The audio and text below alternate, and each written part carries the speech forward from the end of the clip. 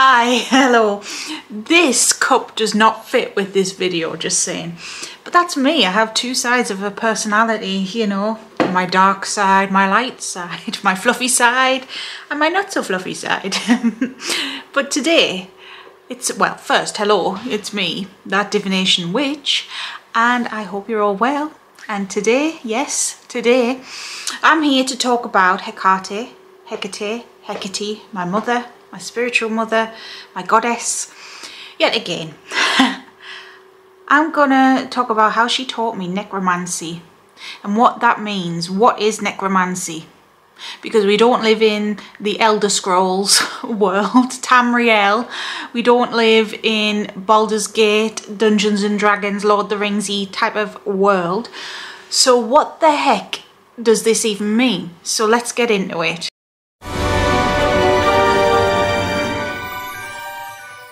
If you don't know who I am, hi. My name's Sarah. I go by that Divination witch online. I started off on TikTok posting readings, and now I'm here on YouTube sharing my journey, sharing information I've learned along the way in a down-to-earth kind of way. If you like that, please hit subscribe. And I've also got a link tree just below where you can get a reading from me. I've got an Etsy store and a Patreon. And on Patreon I also offer hints and tips to do with paganism, deity work, witchcraft, all that good stuff. So yeah, I'd be interested what? If you're interested, check it out. I used to think of the Elder Scrolls, you know, I am a bit of a nerd. I love games. A lot of you probably play games too. And I love fantasy things and stuff like that. Always have.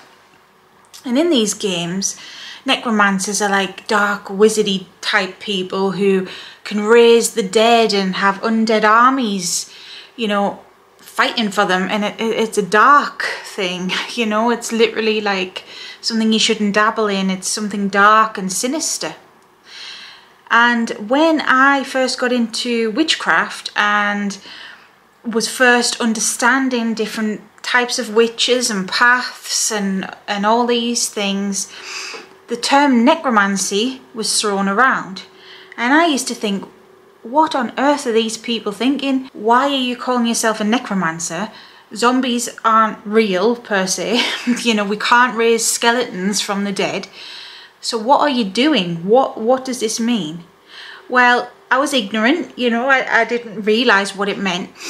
That necromancy, it's an ancient term, I suppose. It's found in occult, it's found in spirituality, from all walks of life, but it is a term of communicating and helping the dead, meaning not raising them in a literal way like a zombie, but more helping souls that have departed, speaking with them, mediumship, helping them move on, things like this. That is what necromancy is. Hecate taught me that.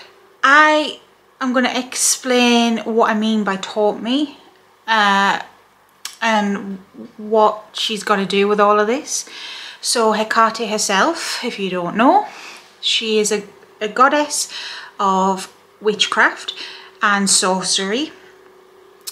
She is a goddess of the liminal space, however. The witchcraft and sorcery came later.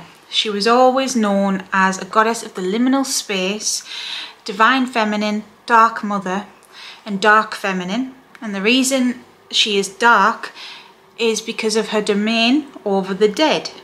She exists in the space between life and death. That's her main domain, although she can be everywhere if she wants to be. She's that powerful.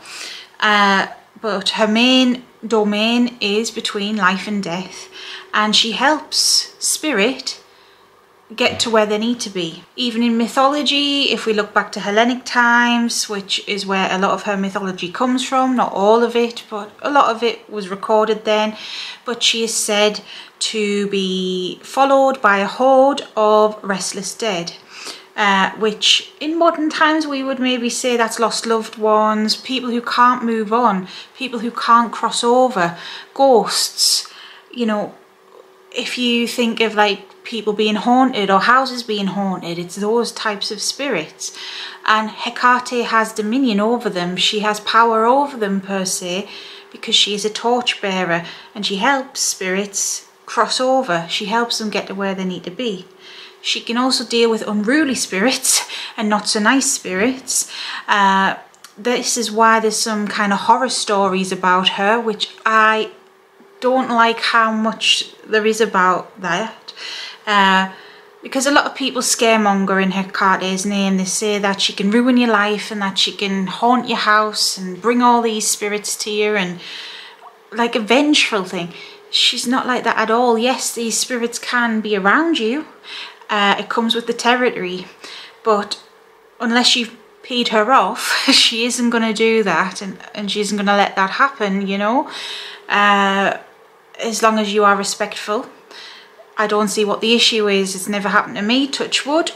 It's never happened to me, and hopefully I remain sensible and respectful, and I don't see me not being respectful to her, not intentionally anyways. There's a lot of stories like this online about her, and I've never ever experienced that with her. The dead come with Hecate, they do. It comes with the territory, and any death god, it's not just Hecate that does this, but any god of death or goddess to do with the afterlife or underworld, not necessarily just death itself, like someone like Lady Hell or Hades or, you know, Izanami. You know, there's a lot of death gods. Anubis, not so much like a death god, but these lords of the underworld, people who pass judgment, you know. So there's a lot of deities out there with this kind of job role, and Hecate is one of them. If you choose to follow Hecate, you are following in her footsteps per se. You are listening to her teachings and her way of doing things. And it's the same for any deity. If you follow Aphrodite, you're going to follow in her footsteps sort of thing, and listen to the way she likes to do things, because each deity has different opinions of people, you know. So when it comes to Hecate, you know, I call myself a daughter of Hecate, but being a follower of hers, you know, I'm going to learn lessons that she is good at teaching. And one of these lessons was necromancy. And like I've said at the beginning of the video, I didn't even know what that meant. I thought it was something off a video game. I literally did. I thought that people were being edgy or something by calling themselves this. But no, they are not being edgy. It's a real thing. Other people might just say it's being a medium. But through Hecate, she has taught me how to commune with the dead, how to perform mediumship, how to, you know, connect with spirits. And I'm still on the journey doing this. You know, I wouldn't say I'm a fully fledged expert or anything like that. There's always room for improvement. But I've helped spirits cross over now. I have spoke with spirits for clients and for people that have found me. You know, Hecate, I firmly believe, and a lot of you guys do, I know this, but she brings us to the people we're meant to be around, whether that's fellow followers of Hecate or, you know, there's certain people she brings us to, like any deity can do that, I suppose. So a lot of the time while I've been doing this kind of thing, posting here, doing readings on different platforms, I've had people come to me for certain reasons. It's like they've been drawn to me. Now, one example I can give you, and I've already explained this in an older YouTube video, but I'm gonna give you the condensed version again. I helped bring peace to someone, okay, who found me literally on TikTok live, because I used to go live on TikTok all the time doing readings. I don't really do that anymore because the vibes are just not it, you know. It's a toxic place. I'm sorry, it really is. But not everyone's bad on there, you know. There's genuine people on there as well.